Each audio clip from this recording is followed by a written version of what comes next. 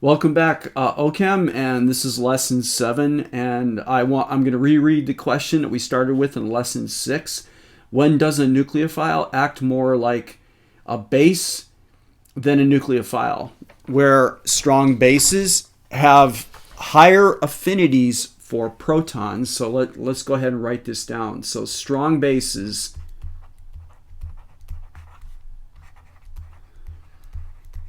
have higher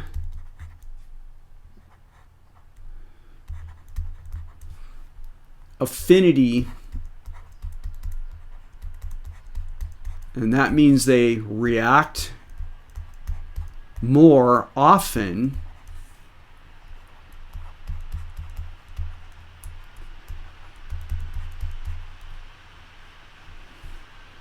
here, let me fix this. So strong bases have a higher affinity, they react more often, have a higher affinity for or slash with hydrogens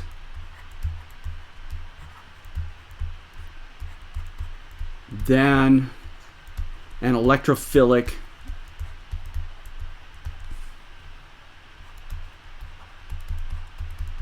center. All right, and weak bases, therefore,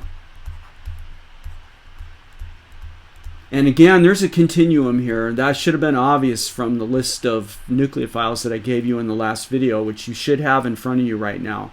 So when I talk about weak bases and strong bases, we're talking about a continuum between these, all right? And in that continuum, some things are going to be better nucleophiles than others, and usually it boils down to the fact that the better nucleophiles tend to be weaker bases. So weaker bases, in general, have more affinity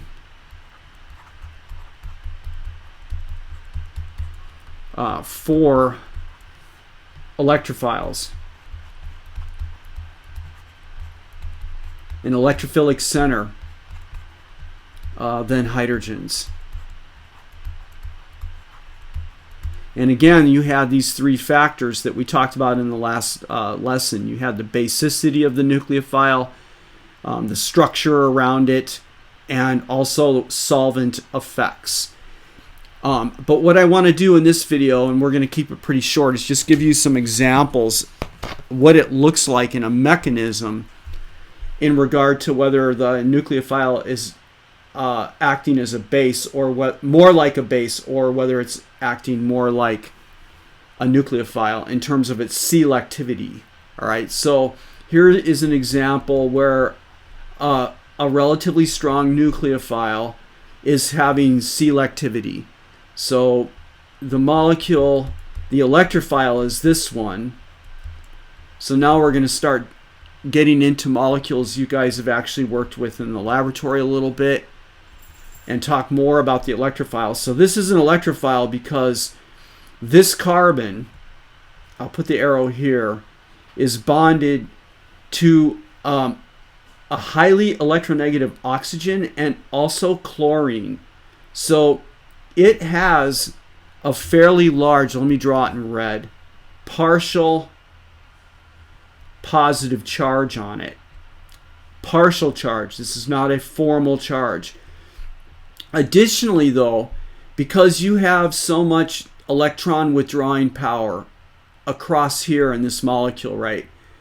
The electron density is being withdrawn like this across the oxygen, across the plane of this carbon, and then out to the Cl.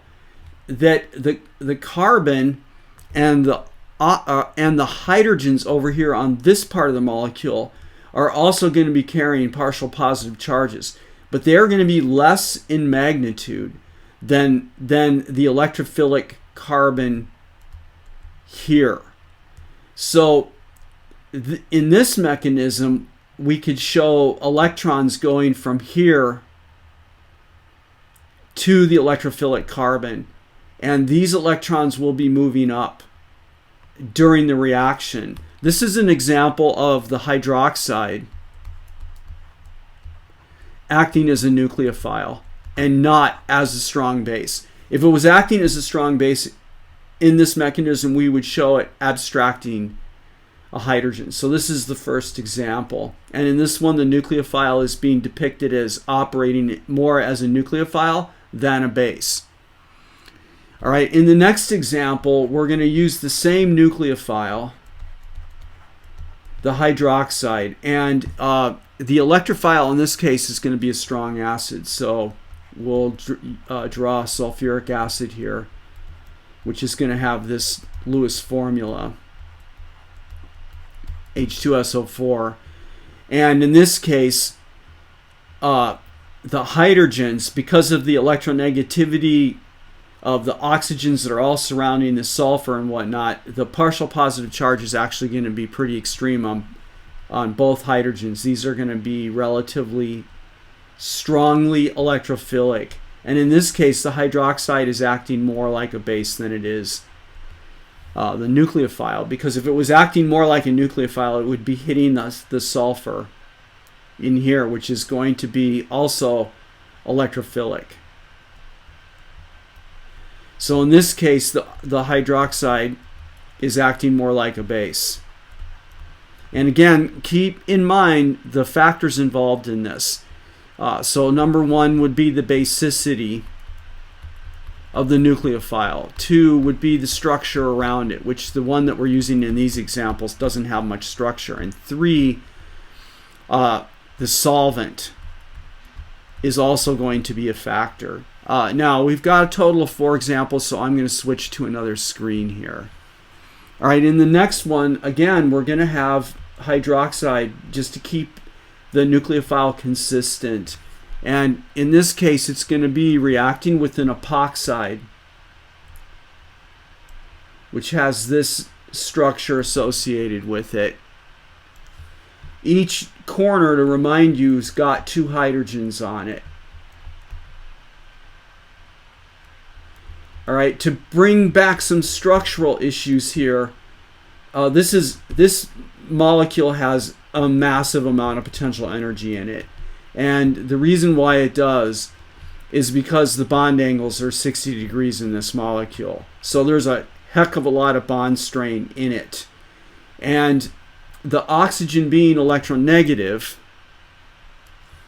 strongly electronegative, has a very strong negative charge on it, which means that the carbons in the corner of this 3-membered ring also are strongly electrophilic.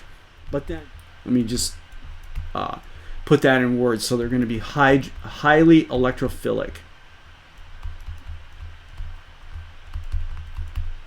Highly electrophilic.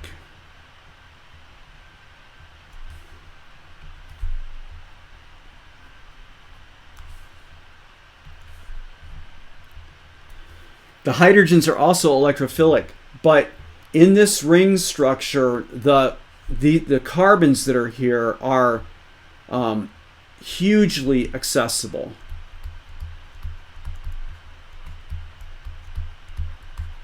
So in this particular mechanism, the hydroxide is going to be selective for the carbon, and the ring itself is going to be blown apart.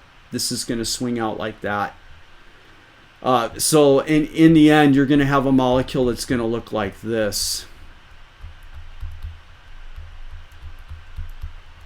And on the other end, it's going to be an alkoxy. This is what you're going to end up with. So in this case, the hydroxide, to be clear, is operating as a nucleophile.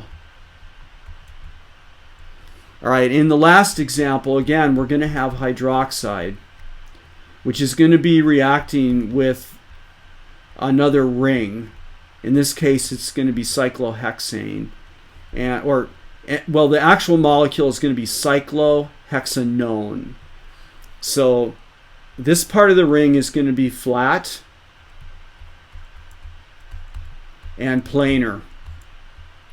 And you'll remember from your model kits that these types of ring structures have literally a lot of structure around where the electrophile is. So your electrophile is here. this electrophilic carbon, and the hydroxide's got to get in there. The probability that the hydroxide is going to be impinging or colliding with hydrogens because of the structure of the electrophile in this case is highly likely. So in this case, the hydroxide is going to be acting more like a base. Here's what the mechanism is going to look like. All right, so to finish the video, in this case, the hydroxide will be operating as a base more than a nucleophile. So this just gives you 4 examples to think about. Two of them where the nucleophile is acting more like a base, and 2 of the examples where the nucleophile is acting more like a nucleophile, which has affinity for the electrophile.